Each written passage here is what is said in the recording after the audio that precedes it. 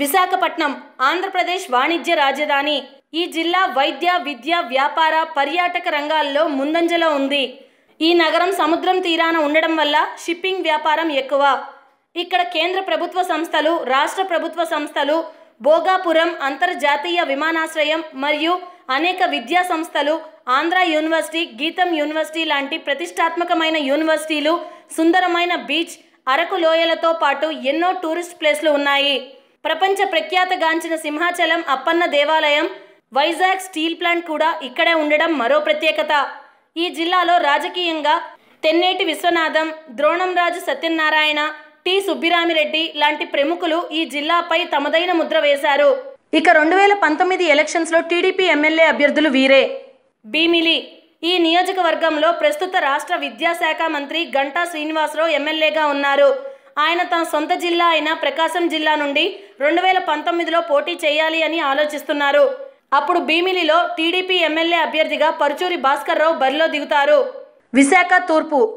ఇక్కడ నుండి వెలగపూడి రామకృష్ణ 2009-2014 ఎలక్షన్స్లో టీడీపీ తరపున పోటీ చేసి గెలుపొందారు.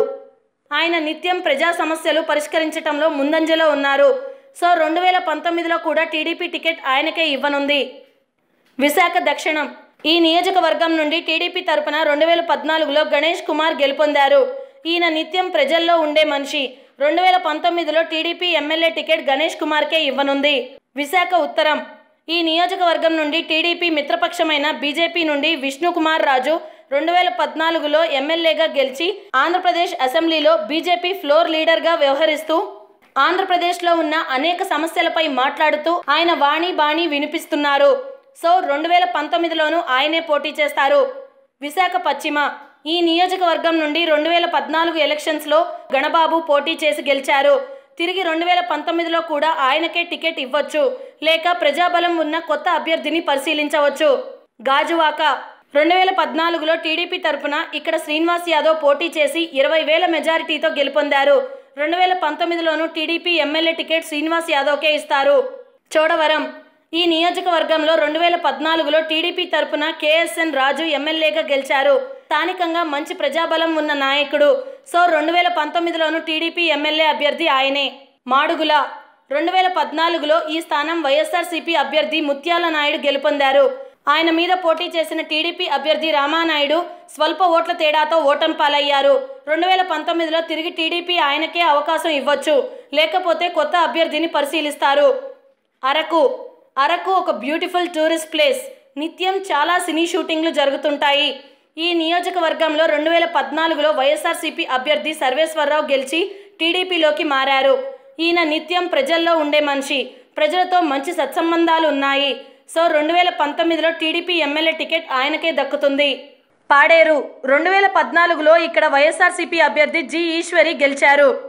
ఈ నియోజకవర్గంలో టీడీపీ తరపున పోటీ చేసి ఓడిపోయిన గాంధీకి కానీ, ప్రజాబలం ఉన్న కొత్త అభ్యర్థికి కానీ టీడీపీ ఎమ్మెల్యే టికెట్ ఇవ్వనుంది. అనకాపల్లి. ఈ నియోజకవర్గంలో కొనతల రామకృష్ణ, దాడి వీరభద్రరావు చాలా కాలం పాటు ప్రత్యర్థులుగా ఉన్నారు. 2014లో వీరిద్దరూ కలిసి వైఎస్ఆర్సీపీ తరపున పనిచేశారు.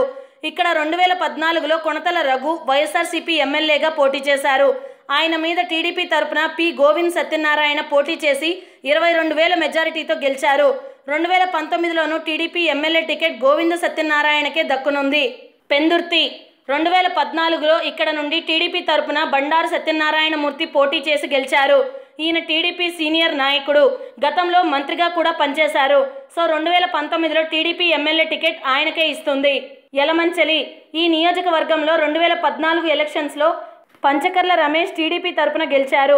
ఈయన మంత్రి గంటా శ్రీనివాసరావుకి సన్నిహితుడు. 2019లోనూ తిరిగి ఆయనకే టీడీపీ టికెట్ ఇస్తారు. పాయకారావుపేట. 2014 ఎలక్షన్స్లో ఈ స్థానం నుండి మహిళా నాయకురాలు వంగలపూడి అనిత టీడీపీ తరపున పోటీ చేసి గెలిచారు. ఈమెకు టీడీపీ అధినేత చంద్రబాబు నాయుడు ఆశీస్సులు పుష్కలంగా ఉన్నాయి. సో 2019లోనూ టీడీపీ ఎమ్మెల్యే టికెట్ అనితకే ఇస్తారు. నర్సీపట్నం. 2014లో ఈ నియోజకవర్గం నుండి టీడీపీ తరపున అయ్యన్న పాత్రుడు గెలిచారు. నర్సీపట్నం అంటే అయ్యన్న పాత్రుడు, అయ్యన్న పాత్రుడు అంటే నర్సీపట్నం అనే విధంగా రాజకీయ పార్టీలో, రాజకీయ వర్గాలలో, ప్రజలలో అంతగా మమేకమైన బలమైన బీసీ నాయకుడు. ఈయన తెలుగుదేశం పార్టీ స్థాపించిన నాటి నుండి 3 తరాల నాయకులతో కలిసి పనిచేస్తున్నారు. ప్రస్తుతం ఆంధ్రప్రదేశ్లో క్యాబినెట్లో రోడ్లు భవనాల శాఖ మంత్రిగా ఉన్నారు. 2019లో ఆయన కుమారుడికి టీడీపీ ఎమ్మెల్యే టికెట్ ఇవ్వచ్చు. ఇదండి విశాఖపట్నంలో టీడీపీ తరపున 2019 ఎలక్షన్స్లో ఎమ్మెల్యే అభ్యర్థులుగా పోటీ చేయనున్న వారి వివరాలు. హాయ్ ఫ్రెండ్స్, మా టుడే టుమారో యూట్యూబ్ ఛానల్ చూసినందుకు చాలా సంతోషం. మీకు నచ్చితే లైక్ చేయండి, సబ్స్క్రైబ్ చేయండి. నచ్చకపోతే కామెంట్ చేయండి.